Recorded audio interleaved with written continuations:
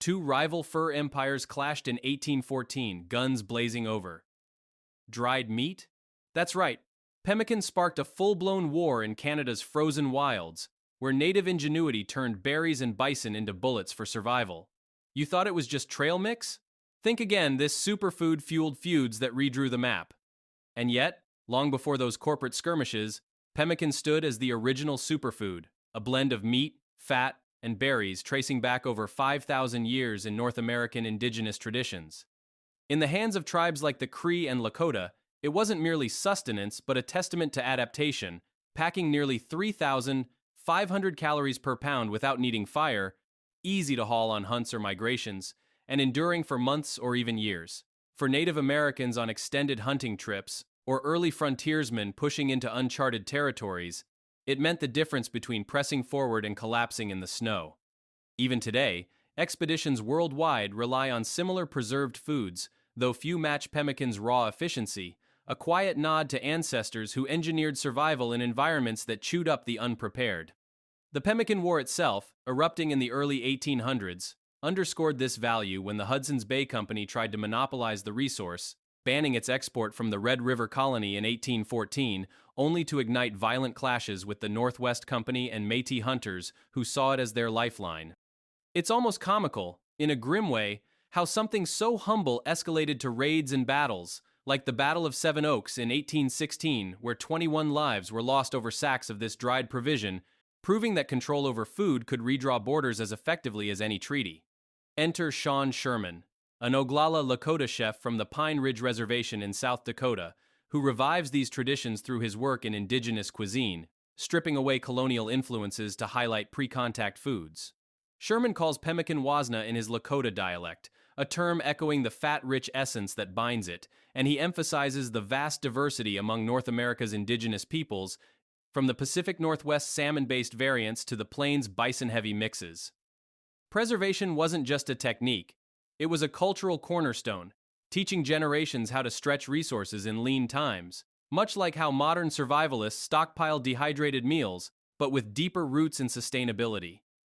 Sherman's insights reveal how food preservation mirrored a worldview where nothing was wasted, turning seasonal abundance into year-round security, a lesson the fur traders learned the hard way when their supply lines faltered without it. The irony bites when you consider how many staples we take for granted originated here.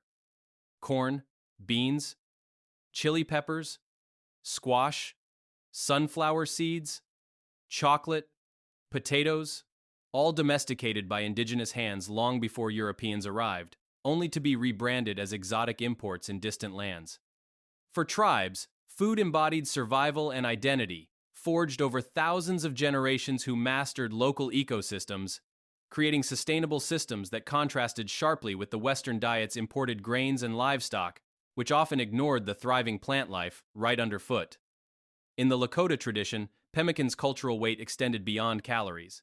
It symbolized resilience, a portable archive of knowledge passed down through hunts and gatherings. Sherman points out how the Western approach, heavy on European transplants like wheat and cattle, overlooked this biodiversity, leading to dependencies that fueled conflicts like the Pemmican War, where control over bison herds and berry patches became proxy battles for territorial dominance. It's a stark reminder of contradictions. While indigenous communities built economies around harmonious resource use, incoming powers commodified the same tools, turning wasna into a weapon in trade wars that displaced those very creators. Think of it as history's version of patenting ancient recipes, where the originators end up fighting for scraps. Choosing ingredients for pemmican started with what the land offered, and for many plains tribes like the Lakota, that meant bison meat, bison fat, and chokecherries, a tart berry that balanced the richness. Sherman's traditional take leaned on these, drawing from hunts where every part of the animal served a purpose, a far cry from modern meat processing that discards half the yield. In his modern adaptations, he explores alternative proteins like beaver, duck, bear, moose, elk, or venison, always excluding colonial additions such as beef, pork, chicken, dairy, wheat flour, or cane sugar to honor pre-contact purity. This approach, rooted in Minnesota's landscapes, incorporates wild rice from the Great Lakes, blueberries, or rose hips, ingredients spotted just by scanning the environment, much like how fur traders in the 1800s adapted local recipes during the Pemmican War to sustain their operations amid blockades. The humor lies in the simplicity. Stand still, observe, and gather. A strategy that outsmarted empires reliant on shipped supplies, exposing the fragility of overextended logistics. Preparation began with rendering the fat, simmering bison suet slowly to purge impurities, meat bits, and moisture, akin to clarifying butter or making ghee, where bubbles subside as water evaporates and solids sink. This step ensured longevity, critical for hunts or wartime stockpiles, as seen when Métis communities hoarded it against Hudson's Bay embargoes, turning a household task into strategic defiance. The meat, lean bison sliced thin against the grain after trimming fat and silver skin, dried in low ovens or dehydrators today, but historically over fires or under hot sun, mirroring methods that fueled Lewis and Clark's expedition, where they noted pemmican's role in enduring the unknown. Those crispy meat scraps from rendering? Treasured as snacks, like bison chicharrones, a byproduct too valuable to waste, paralleling how explorers in Antarctica repurposed every ounce during blizzards, blending pemmican into hoosh stews with snow and biscuits for warmth. Filtering the rendered fat removed chunks, leaving a pure binder, essential since the Cree root pemmi means fat or grease, underscoring its centrality. In the Pemmican War's chaos, this fat preserved provisions through harsh winters, allowing Northwest Company agents to outlast rivals who underestimated indigenous techniques. It's darkly ironic how a process born of harmony became ammunition in feuds, where proclamations like Miles McDonnell's 1814 ban aimed to starve competitors, only to rally Métis resistance at sevenoaks.gov.mb.ca. Modern equivalents, like using duck fat for vegetables, echo this versatility, but historically, it meant survival in expeditions where canned pemmican from the early 1900s was unearthed still edible after 50 years in Antarctic ice. The pounding came next, grinding dried meat into a fine, fluffy powder, almost like salmon furicake, and mashing chokeberries for even texture, then seasoning lightly with salt for sodium needs and maple sugar from regional maples, avoiding non-native spices like black pepper. Mixing by hand incorporated everything evenly, with fat poured in to bind, forming patties rather than uniform bars, keeping it authentic over aesthetic.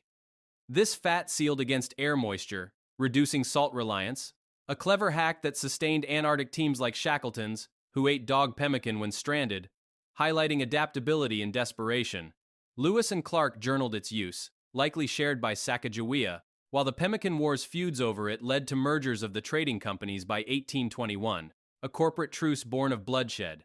Settlers only documented recipes upon arrival, overshadowing oral histories that preserved it for millennia, a quiet erasure amid the wars it ignited.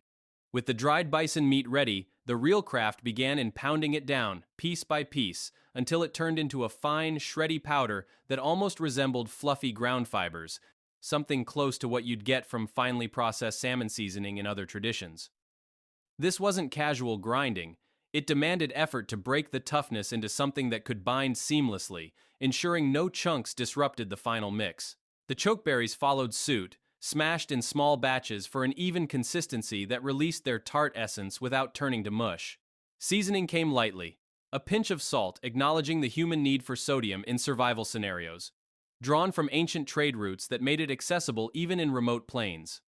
Maple sugar, sourced from regional trees, added a subtle sweetness true to the land, while anything foreign like black pepper stayed out, keeping the recipe anchored in what the environment provided naturally. Mixing it all by hand folded the elements together evenly, the warmth of palms helping incorporate the rendered fat poured in slowly, creating a cohesive mass that held without crumbling prematurely. Shaping followed intuition rather than precision tools, forming rough patties that echoed the practical forms carried on hunts, not the uniform bars of modern energy snacks that scream convenience over authenticity. The fat's role here shone clearest, acting as a barrier against air and moisture, allowing preservation without heavy salting that could alter flavors or tax the body over long hauls. This ingenuity turned pemmican into more than food. It became a shield against starvation in unforgiving terrains, much like how it sustained Lewis and Clark during their 1804 to 1806 push across the continent, where journals noted its compact energy-fueling days of relentless travel, likely shared by their Shoshone guide Sacagawea amid river crossings and mountain passes that tested every ounce of preparation. They traded for it with tribes, pounding their own versions from elk or deer when bison ran scarce, turning potential famine into sustained momentum that mapped the West. Yet this same staple ignited larger storms, as seen in the early 1810s when rival fur trading giants, the Hudson's Bay Company and the Northwest Company, locked horns over its control in the Canadian prairies. The Pemmican Proclamation of 1814, issued by Governor Miles Macdonell of the Red River Colony, banned its export to safeguard settler food supplies amid crop failures from floods and frosts, but it starved the Northwest Company's operations, which relied on Métis hunters producing vast quantities from bison herds. Tensions boiled into raids on pemmican stores, escalating to the Battle of Seven Oaks in 1816, where a clash left 21 Hudson's Bay men dead and one Métis, a bloody punctuation in a feud that blended corporate greed with indigenous livelihoods. The Métis, descendants of European traders and First Nations women, saw pemmican as their economic backbone, crafting it in leather bags for transport, only to watch it become ammunition in a war that redrew trade lines and foreshadowed larger displacements. By the 20th century, pemmican's endurance drew explorers to Antarctica, where figures like Robert Falcon Scott and Ernest Shackleton packed it into sledging rations, blending it with biscuits and melted snow to create hoosh, a thick stew that provided calories in blizzards where fresh food vanished. Scott's 1910-1913 Terra Nova expedition carried tins of it, some later found edible after decades in the ice, a testament to its sealed resilience amid failed polar bids that claimed lives from scurvy and exposure. Shackleton's 1914-1917 Imperial Transantarctic venture relied on it during shipwreck survival, rationing pemmican alongside seal meat when the Endurance sank, turning desperation into calculated endurance that brought his crew home alive. These adaptations highlighted pemmican's global leap from native hands, yet the irony lingered. Indigenous knowledge, honed over millennia, only got documented when settlers arrived, their written accounts overshadowing oral histories that had preserved the recipe through countless winters and migrations. After resting, the pemmican firmed up noticeably, taking on a texture reminiscent of dense protein bars, solid yet yielding under pressure, with the fat lending a subtle moisture that countered its inherent dryness. Biting in revealed a surprise. The meatiness in the aroma didn't dominate the flavor, instead yielding to a balanced chew that evoked those compact energy packs designed for hikes, chewy and substantial without overwhelming the palate. The chokeberries provided bright pops of acidity, cutting through the richness like a sharp contrast in a well-composed meal, preventing the fat from cloying and adding layers that made each bite evolve. These berries, with their blueberry-like skin but far tartar profile, carried a gritty edge from tiny seeds, delivering an earthy tang that paired intuitively with game meats, a natural harmony born from ecosystems where such combinations sustained life through lean seasons.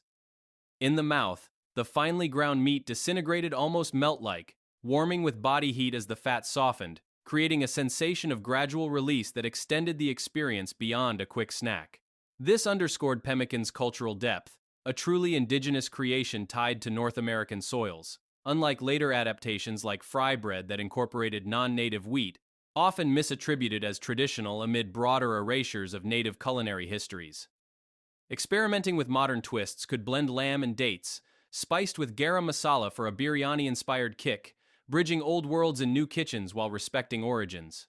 Southern tribes historically added allspice for heat or incorporated nuts and tubers, varying recipes by region to maximize local bounty, much like how the Pemmican War's disruptions forced innovations in sourcing amid blockades. Ultimately, it packed energy that could fuel an entire day, holding lunch in your palm for journeys where stops weren't options. A portable powerhouse echoing expeditions past. Ideas like Sean's bison tartare topped with crumbled pemmican promised textural contrast, the soft crumble enhancing tender raw meat for a modern indigenous fusion that popped with flavor. Broader explorations beckoned toward other native staples, tracing tamales back to nixtamalized corn, or baked beans and cornbread to pre-colonial roots, reminders that everyday foods carried stories of resilience often overlooked in mainstream narratives. Custer got his last stand, but pemmican outlasted empires, from fur wars to frozen poles. It whispers of native systems shattered by greed, yet enduring in quiet bites. For more untold tales, subscribe to Native Legends and History Stories, hit like and comment your favorite survival food below.